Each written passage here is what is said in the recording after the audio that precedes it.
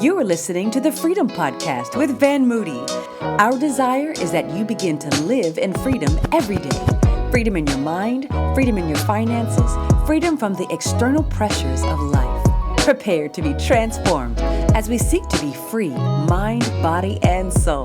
Let's get started. Hi, friends. Welcome to the Freedom Podcast with me, your host, Van Moody. On this podcast, we are exploring a variety of topics that are critical to a life of freedom, purpose, and fulfillment. I want to thank you for joining us on today's podcast. You can expect a lot on this podcast. Great conversation, wisdom, laughter, authenticity, but most importantly, practical guidance for how to achieve freedom in every area of your life. Now, one of the topics that we will explore each month is financial freedom. I've long believed that financial literacy and financial empowerment are the new civil rights movements, which means that you can't truly experience a life of freedom without financial freedom. This topic is extremely important, which is why every month when we dig into financial freedom, I am joined by my brother from another mother, the hostess with the mostest, George B. Thompson, who is a money maven and a genius in this space that has been for many, many years advising people around the country on how to make smart money moves. And so, George, thanks for joining us again on today's podcast, all the way from sunny LA. How you doing, my brother? Man, I'm doing awesome. Thanks. I'm glad to be here. Excellent, excellent. Now, George, on the last episode of our podcast, we kind of teased this notion of your mind, and mind meaning an acronym, money, intelligence, need, and discipline. And you and I know that if we are going to be financially free and take the next step in the wealth creation journey, it all really revolves around our mind. I remember reading one stat many years ago when I was starting kind of my wealth journey, and it was simply that money management is about 95% what you know and about 5% what you do. That there are so many individuals that because their mindset is not right, they sabotage themselves on this financial journey. And I had to learn the hard way what a poverty mindset is, and even how there are two extremes. You got a poverty mindset and you've also got a prosperity mindset, and how neither of those are really the right mindset that we need. And so on today's podcast, we want to dig deeper into this notion of developing your mind. And once again, we're talking about money, intelligence, need, and discipline. Let's start, George, with money, right? Because everybody has money, but the big difference is how do we manage the money we have? I think about Luke 16 that we talked about in a few other podcast episodes, when Jesus says, if you haven't been trustworthy in handling worldly wealth, who's going to trust you with true riches? That verse always tugs at my heart because it suggests that there's more that has got my name on it, but I don't qualify for that if I don't handle the money that God has already given me the right way. This notion of developing our minds, first of all, with money is so critical. Why is that? And it is also, when you brought up also, not only that scripture, but also in Matthew 25:18, it says, if you are faithful over few things, I'll make you ruler over many. So what God's really saying is he's looking at our stewardship. And stewardship is how well we manage what we have. And when we're talking about a mindset, we're actually managing four things that he blesses us with. The first is time. God blesses every day with 86,400 seconds every day. The second is the talent, the skill. You have to steward that because that's going to come in later on. It's going to be very important because of what we're doing and income. The third is our body's our temple. We have to take care of our body. And the fourth is our treasure, our finances, which we're talking about right now. So that's why you want to have a mindset for that. So first of all is money. You're absolutely right. Hey, everybody, I want to make an announcement. There is no shortage of money in the United States. Did you guys know? There's actually a few places. There's actually 12 central banks. They are printing money right now. As we speak, they're printing it. They have money. You may have a shortage of money, But that is by how well we manage what we're given. Second thing, announcement I'd like to make. God blesses us. So we have to learn how to manage what he blesses us with. We've said this before. There are three dimensions and systems that operate in the world right now. The first system is God's system. That's built on giving and receiving. God gives, you receive. Just so you know, God gives everything that you have, and they're doing it. We did a previous podcast where everything on this earth, Psalms 24:1, belongs to God. The second system is a world system. That's built on borrowing and lending. That's all the stuff with inflation, interest rates, rumors of wars, all this. That's that system. The third system is what we're talking about right now. That's your system, how you manage them. So through God's system and through the world system, you have to manage your system. And that's how you learn to manage money. So that first is money. The second one I have to go to, because that's very important, is intelligence. Absolutely. So it's M, it stands for money. The second is intelligence. That's how we have to intelligently manage our money. And there's something called knowledge. Knowledge is know-how. A lot of people, Bishop, Van, know what to do. It's just them doing it. Wisdom, and I'm going to have you comment on this later. I want to hear a question about wisdom is experience knowledge. Yeah. If that's how well you do things, that's why we want to model things. So that's why you want to show this. And believe me, I'm talking about generational wealth now, is that you want to manage your money intelligently. On a previous podcast, I told you a story about how I went to Hawaii and I started negotiating. And since I rent apartments and everything, I started negotiating with the people on the beaches about beach chairs, because I don't have surfboards. So to get all these things, I negotiated with them. And we had what's called an owner-to-owner conversation. I want everyone that's listening to this podcast, just say owner-to-owner, because you need to start thinking like an owner. And I'm talking to them, and they could tell by the way I was talking to them that I was serious. I had them, and that's how I negotiated getting these things. I was using intelligence and wisdom. And then also I brought my son with me so he could watch me talk to them. And then we told them we're going to bring everything back at a certain time. We were in Hawaii. We brought up, we're going to bring, and we all brought it back. And then I had my son. I said, son, do that. Shake his hand and say, would you? And then I asked him, I said, are we good? And the guy says, hey, we're really good. And then what did I say to him? I'll be back tomorrow. Because you understand that we have to use our, oh gosh. You see, it's not me taking advantage of somebody. What you're doing whenever you're managing money is you're creating what's called a win-win situation. So you're going where you're getting the most value out of things. Back to wisdom, and then we'll do this even later. Back to wisdom is even how you manage your properties and real estate. Is you're managing something that you want to buy and it to increase in value. So that's intelligence. So there's money, and then there's intelligence. I want to come back to you, Bishop, and have also you about being wisdom in the area of money. Just kind of your opinion on that. Yeah, what's interesting about this is I think about Hosea 4:6 that talks about how, our people are destroyed for lack of knowledge. And the point here is not just that ignorance will destroy you, but, for us, I think it's important that we point out how financial ignorance also leads to financial destruction. And this notion of this verse, when it talks about a lack of wisdom, is not just about the things we don't know. There are a number of things we don't know, right? I don't understand the cosmos. What this verse is really referring to is that there's some things that we should know, but instead of going after the wisdom we need, we make willful decisions to remain ignorant. And that's what ultimately destroys us. And so for me, I think that's critical because I don't know about you, George, but my family and the family that I grew up in and grew up around, I wasn't taught about making good financial decisions. What I had to do, though, was I had to search out the wisdom. I knew that I wanted a different financial future than I saw my parents, struggle with and have. I wanted to have a different financial future, and I wanted to establish a different legacy for my children and my children's children. So I didn't have the wisdom. My parents didn't sit me down and say, this is how you manage money.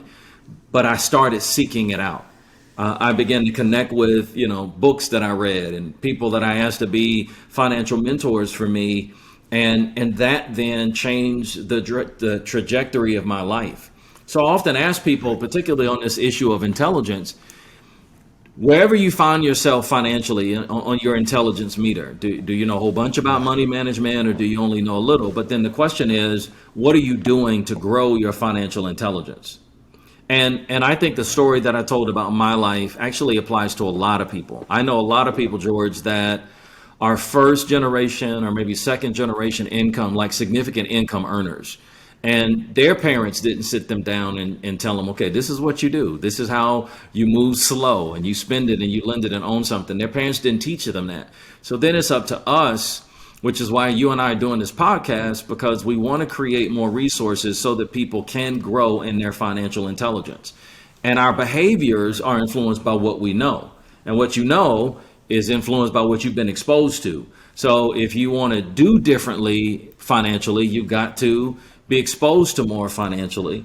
And that's, that's a part of how we grow in areas of intelligence. So everybody listening to us and watching us, here's an interesting question. Beyond this podcast, what are you doing or what are you reading right now that is helping you to grow financially? Are you consuming Netflix and Hulu that is great entertainment, but it's not helping you to take the next step financially? Or are you reading something or exposing yourself to other things to develop your financial intelligence? Right. No, that's really good, because there's two things about that, and I think that we should, again, write this down or type it down or however you do this.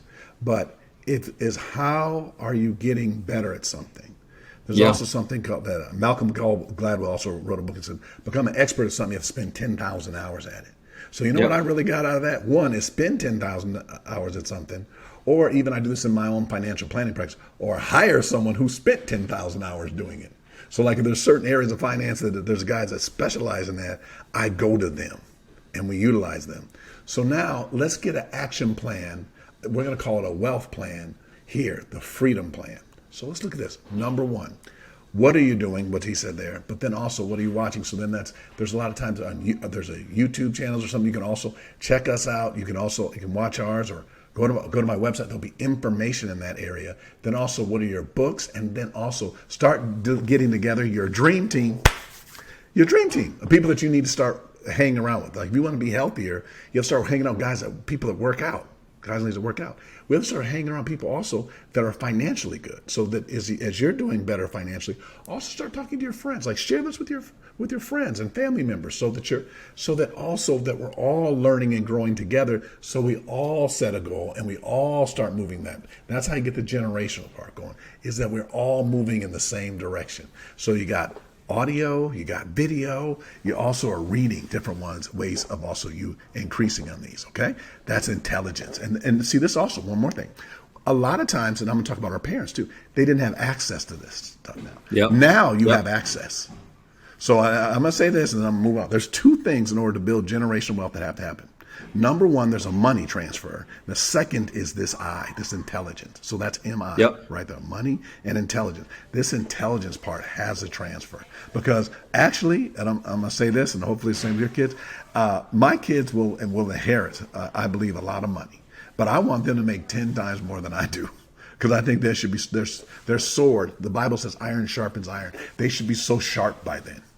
Yep. And doing it. And you know what else they have? They have the ability to have me. I didn't have me when I was and doing it. So we want to be able to keep that going.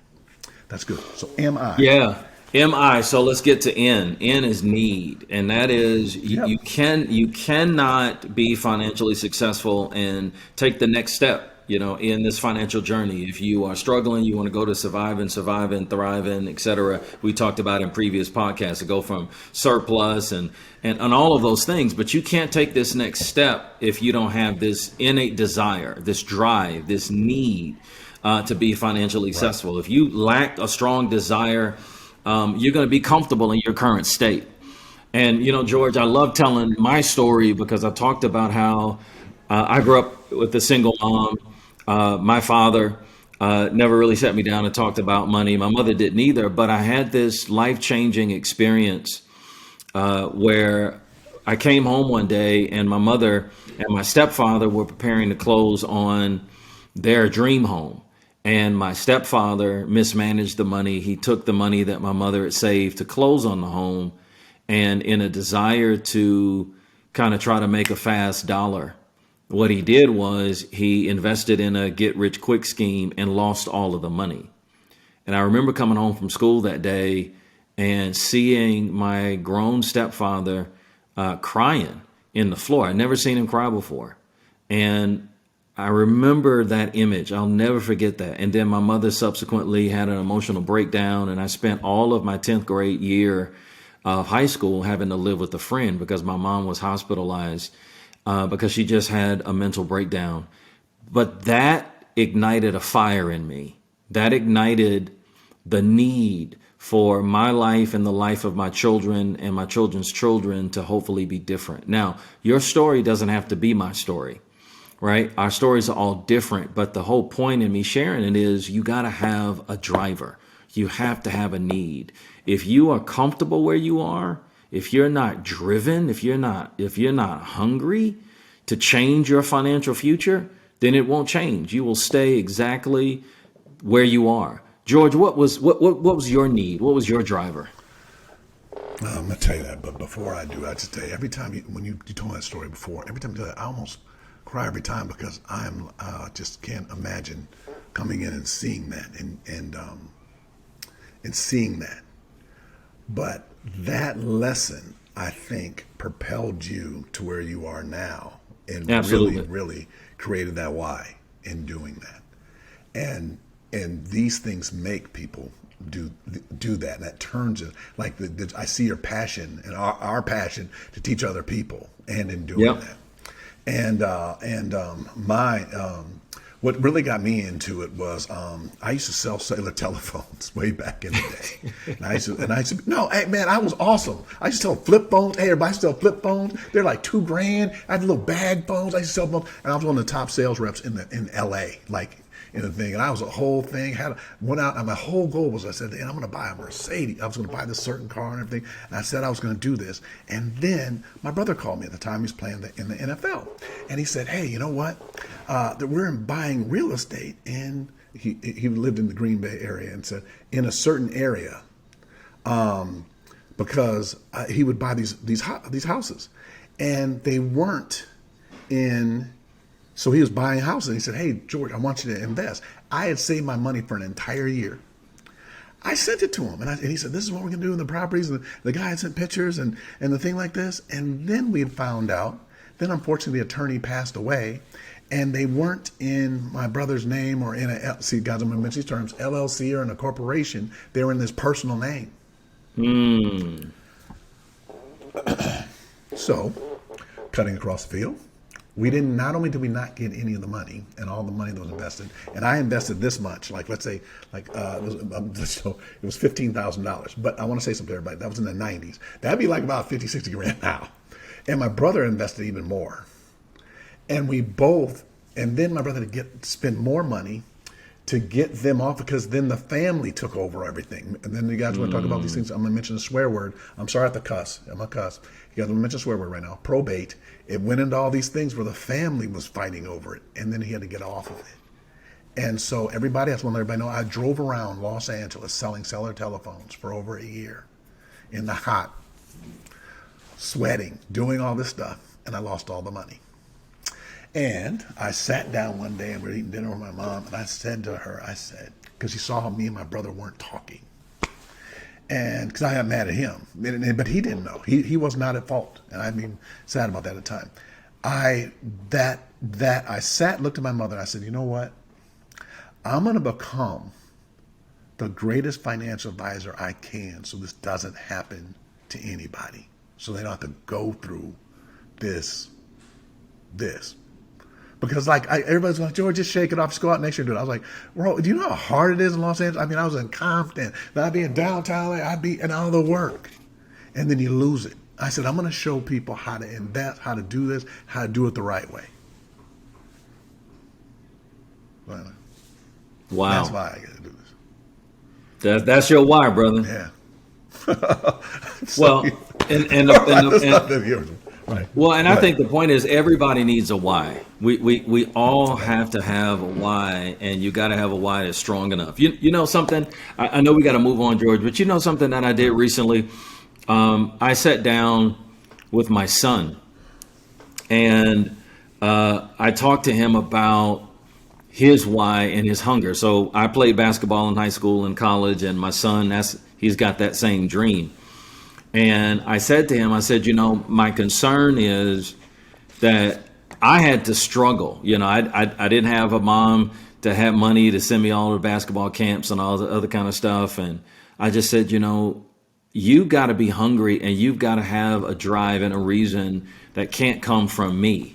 I said, because if you don't have that drive, then in my desire to expose you to more, I'm actually going to make you softer. I said, you see what made me hard, what drove me were the hard seasons and the difficulties that I had. But I said to my son, you got it a lot easier than I do. And so you've got to make sure that you have that internal why and that internal drive. And, we talked about it and he identified it and he said, yes, Dad, this is what's driving me. And these are the things that I want to accomplish in life. And I was so proud of that. But I share that story because all of us have got to do that. There may be somebody on this podcast listening to us that may be thinking to themselves, well, I'm comfortable. I am doing much better than I've ever done before financially. And so, it's not really a big deal. Or, maybe it's not, as significant that I have to have this drive that George talked about or that you talked about. But my point is, if you're complacent, you will stay right where you are. You have to have that why. So, George, we talked about, money. We talked about intelligence. We talked about which is a need. And so now let's talk about this last piece, which is discipline, because that's what a lot of people don't have. If they want to manage the money that they have the right way, if they are committed to growing their intelligence, if they have their why, the next question is, do you have the discipline that it takes? Right. And this is the thing about discipline. And this goes so well with the why. Because remember, we have to have a reason that makes us want to sacrifice something to have that need. That need, as we have that why. So discipline is very important.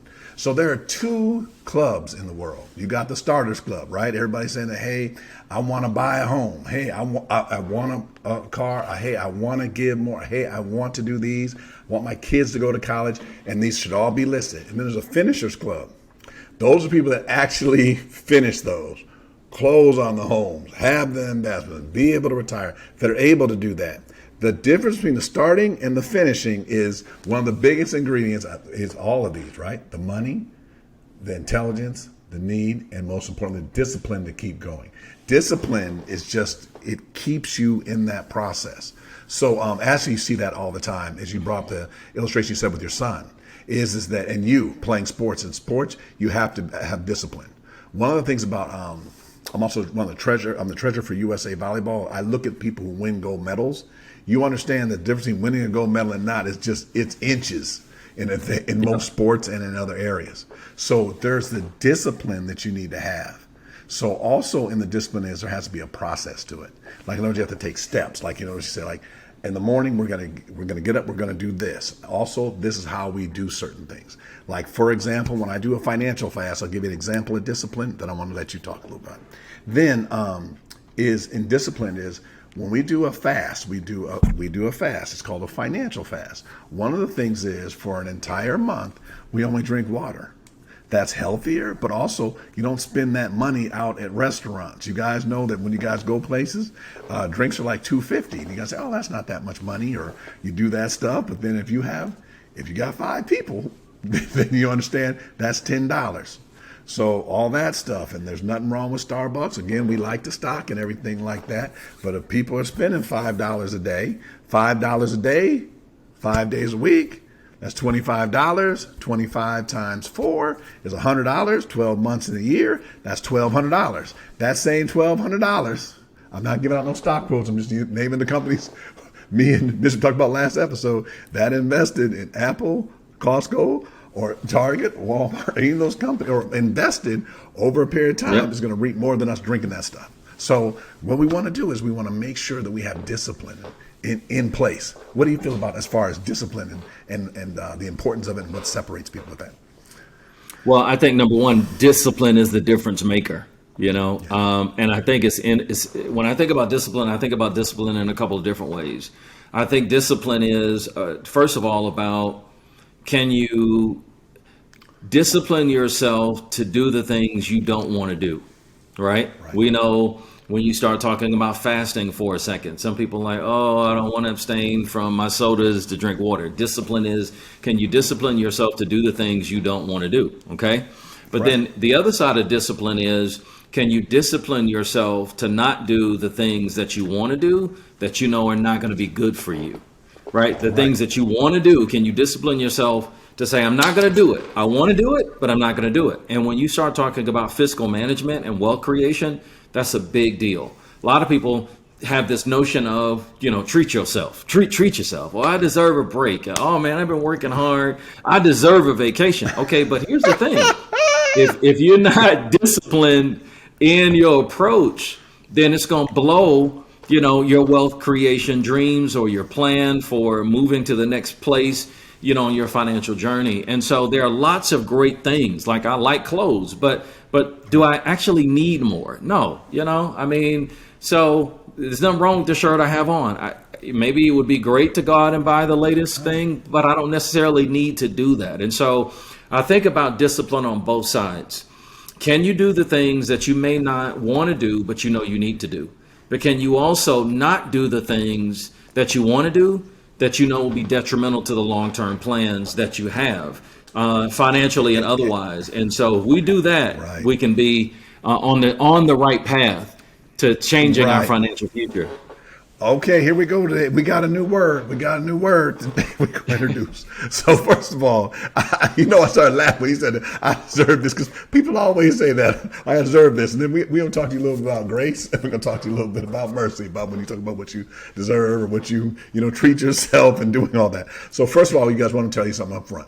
We want you to have fun and everything like this. But see, what discipline is not telling you not to do it. What we're telling you to do is operate within boundaries. Like I like clothes, like certain things, but then, again, we're naming it. So I use specific names to you guys, so you guys know when I'm playing around. Like Cole Haan, I love their things. So I have a whole way of looking at when things are on sale. So I get them at certain prices that they're doing that in that area.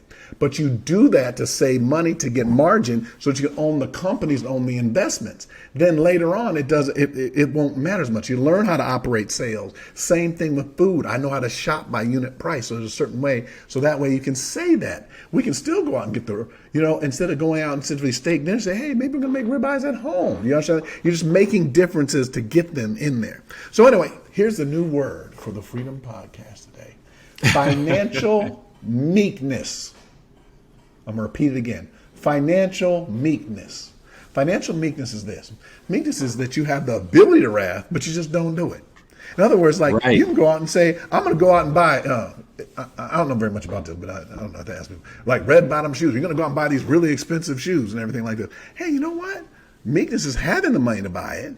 But what you do is you buy shoes that you like, that were on sale. And then you know what? You own the company that does that. That does that. Yes. So you just don't spend it just because you have it.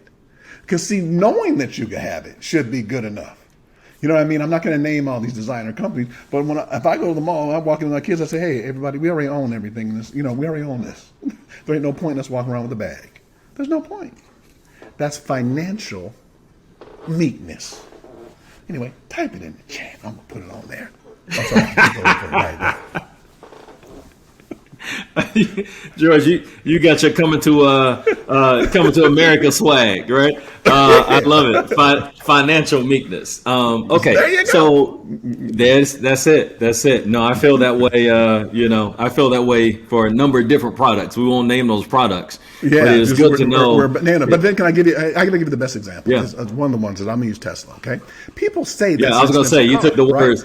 Right? You took the words right out of my mouth. People say that expensive car because people see my Tesla. Go, that's expensive car, and then I sit down and kind of go, and then I say to them, and then I say, now before I tell you how I got it for free, I'm gonna explain something to you. I said, hey, I had a property that I lived in where I had solar. And I used to spend, let's say, $400 a month on gas. Everybody, I live in California. So my wife spent that, and I spent similar doing that. But now it's hard for me to remember because I've had this car for a while now. In doing this, so I bought a car that ran on electricity. Then I had solar, so then I eliminated that bill. And then I charged the car, so I wasn't paying for gas. So now let's move that number from not having a car payment. Let's take a car payment. And then let's take $400 out of that. And let's say $500 that I was spending on electricity, but I'm going to make it $400 to make the math easy. So $400 a month in electric bills and $400 a month in gas. That's $800. Let's say that was a car payment on a Tesla or an electric vehicle. Sorry, I'm not trying to plug me in, company. An electric vehicle. Then after 5 years, you pay the car off. And you have your solar panels. So there's a breakup. Now then, hold on. Okay, because I'm still coming back to financial meekness. Then I moved to another home, and I charged the people that live in my previous home an electric bill. And my name is George Thompson, so I call it GT Power. And then I charged them, and the car's paid off. Then I use that money to pay down a new electrical system. Do you guys understand that? So what I'm doing is I'm using my money. Does anybody see where I'm going? I'm using intelligence. Then I got the need and the discipline. Can't control electrical. And okay, now he preaching much for me. Okay, got it. But you see, you guys, you got to. But I had to make a sacrifice first to get the panels to pay all these things off. But then when someone sees you in the they think that. But it's like or then when gas, and just so you guys know, in California, gas was like $6 a gallon, and then you had people even mad at you, like, you guys are, all the people here driving Teslas, you guys are now we have to wait in line to get one, or it takes, I don't know, now it takes 6 months or something to get one and everything like that. I'm like, you make decisions now based on long term, so don't play the short game, play the long game. Incredible. Well, family, this has been a great episode on how to develop your mind. That's it. That's the word for today, financial meekness. Developing your mind, money, intelligence, need, and discipline. I told you on this podcast, you can expect great conversation, wisdom, laughter, authenticity, even a clap back from George, right? When it's getting good to him, he's going to clap back. But listen, any of these topics are significant ones that we could do a deeper dive on, and that's why we're going to continue each month to release new podcast episodes. Want you to like our podcast, go ahead and follow us, invite others that you know could be helped by this podcast to join us and to connect with us. We'd love to connect with you. For more information from my brother George B. Thompson, you can reach him at georgebthompson.com. For more info and to connect with me, you can meet me at vanmoody.org or twccc.org. This has been a great episode of Financial Freedom from the Freedom Podcast. Thanks for joining us, and we hope to see you on our next episode. Take care. We hope you enjoyed today's episode of the Freedom Podcast. For a broader range of topics, go to Van Moody's YouTube page or visit twccc.org.